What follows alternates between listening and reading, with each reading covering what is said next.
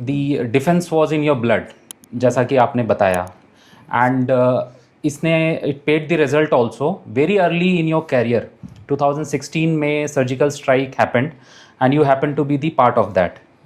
Please उसके बारे में थोड़ा प्रकाश डालें।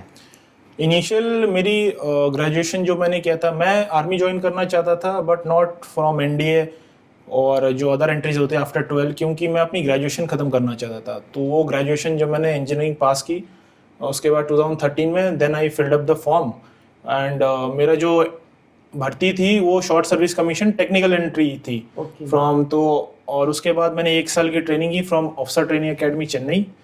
वहाँ से ट्रेनिंग करने के बाद मेरी फर्स्ट पोस्टिंग जम्मू में थी फ्रॉम 2015 में, जब मैं ट्रेनिंग पास करके निकला 2015 to 18 जम्मू में राजौरी सेक्टर के आसपास थी मेरी पोस्टिंग। तो वहाँ पे जैसा आप जानते हैं कि उरी अटैक होने के बाद जो हमारे देश का सबसे बड़ा स्ट्रैटेजी डिसीजन था for surgical strikes and all, मैं अपने आप को बहुत ही भाग्यशाली मानता हूँ कि शुरुआती सर्विस करियर में मेरे को मौका मिला फ्रंट लाइन पे इस तरह का एनिमी के साथ फायर फाइट देखने का। तो राजौरी सेक्टर में मैं पोस्टिंग था और वहाँ पे ये जैसे सर्जिकल स्ट्राइक शुरू हुआ तो काफ़ी इंटेंस था। दिन कब होता था, रात कब जागना पड़ता था, कुछ पता नहीं चलता था। तो जैसे आप मूवीज़ में देखते हैं वैसा ही कुछ माहौल था वहाँ।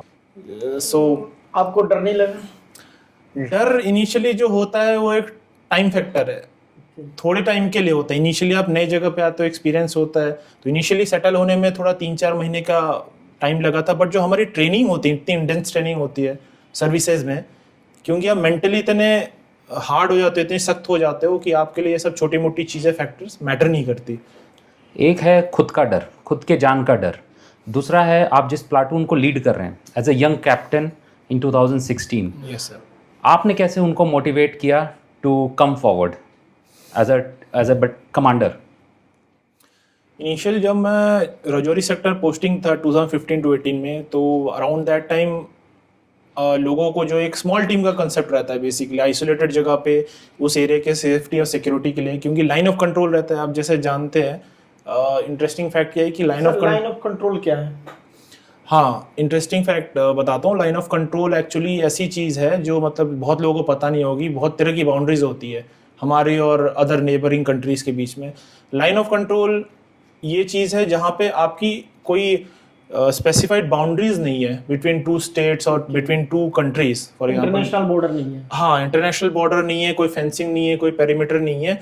वहाँ पे हमेशा फायर और ऑब्जर्वेशन से ही उसको मैन किया जाता है कि एक यूनियनिमस डिसीजन है कि ये मेरा है, ये आपका है, और उस दौरान नो मैंस लैंड है, उसमें किसी तरह का मूवमेंट होगा तो कोई भी ऑपोजिंग पार्टी उस पर अपना फायर कर सकती है या न्यूट्रलाइज कर सकती है। If I put it correctly, it is a imaginary line mutually agreed upon by 2 parties. Yes, definitely, हाँ सर। तो बेसिकली हमारा जो रोल था, हमारी पूरी जो यूनिट्स जो रहती है around an area of 15 to 20 kilometres का पेरीमीटर दिया जाता है लाइन ऑफ कंट्रोल पे।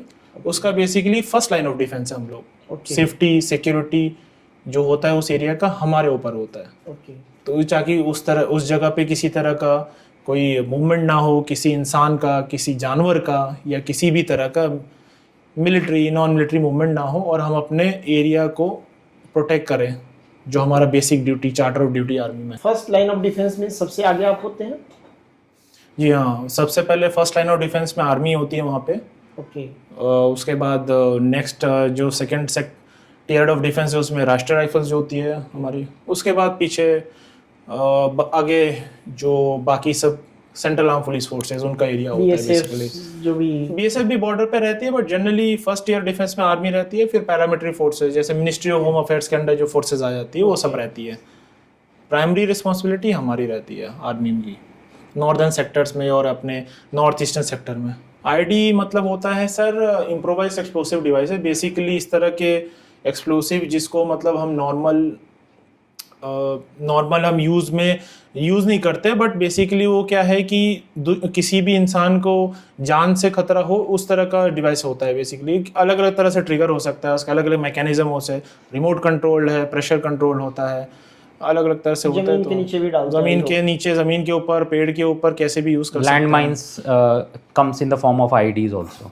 सर लैंड माइन्स थोड़ा सा डिफरेंट हो Different जाता हो है। गया, okay. इम्प्रोवाइज एक्सप्लोसिव डिवाइसेस मतलब ऐसा चीज़ है, इस तरह के एक्सप्लोसिव डिवाइस जिसके बारे में दूसरे को पता ना हो और बेसिक चीज़ों से बनाया जाता है और ताकि हम जिस एरिया को टारगेट करना चाहते हैं उसको हम बर्बाद कर सकें। Basically in disguise of common items, radio, TV, television, suitcase, जो एक कॉमन आइटम लगे, देखने में कोई थ्रेट ना लगे, उसके अंदर एक्सप्लोसिव छुपा करके रिमोटली डेटोनेट करने को आईडीज। यस सर, जैसे पत्थर की तरह बना देंगे आईडी, ओके। या पेड़ के ऊपर लटका देंगे तो पता नहीं चलेगा आपको। डिटेक्ट कैसे करते हैं आप लोग? हाँ, ये डिटेक्शन का भी थोड़ा ड्रिल वगैरह होता है। तो बेसिकली सैनिटाइजेशन होता है, जिस रूट पे आप जा रहे होते हो, ऐसा कर रहे होते हो, तो कुछ प्रोसीजर्स होते हैं, अभी मैं बताऊंगा तो थोड़ा क्लियरली समझ नहीं आएगा। बेसिकली ऐसा है कि सैनिटाइजेशन किया जाता है मेटल डिटेक्टर से, आईडी डिटेक्टर से, उसके स्निफर डॉग्स होते हैं, तो उसके थ्रू उसके बाद फिर ये टीम अलग होती है या आपका पार्ट होता है? टीम अलग होती है, टीम अलग होती है। क्लियर करके रूट आपको देगी, फिर आप आगे जाएंगे। जी हाँ। और इसी तरह से मैं जो प्रीवियसली क्वेश्चन पूछा गया था विनीत सर ने कि वहाँ पे improvised explosive device, land mines जो कि रिकॉर्डेड नहीं है, ऐसी माइन जिसका पता नहीं है कि यहाँ पे है कि नहीं है, 47-48 की लड़ाई में वो डाली गई है या फिर 65 की लड़ाई में लगाई गई है। क्या वो आज भी एक्टिव है? आज भी है, वो विंटेज माइंस की तरह आ जाती है सर। तो उसको रिकवर नहीं कर पाया गया है क्योंकि ऐसी जगह पे सालों साल से पानी बारिश से वो कहीं ना कहीं चली गई, तो रिकॉर्ड कुछ है नहीं, तो इसलिए वहाँ पे जान का खतरा तो था। तो एक्सप्लोजन हो सकता है। जी हाँ, अगर उसके ऊपर पैर रख दिया तो एक्सप्लोजन हो सकता है।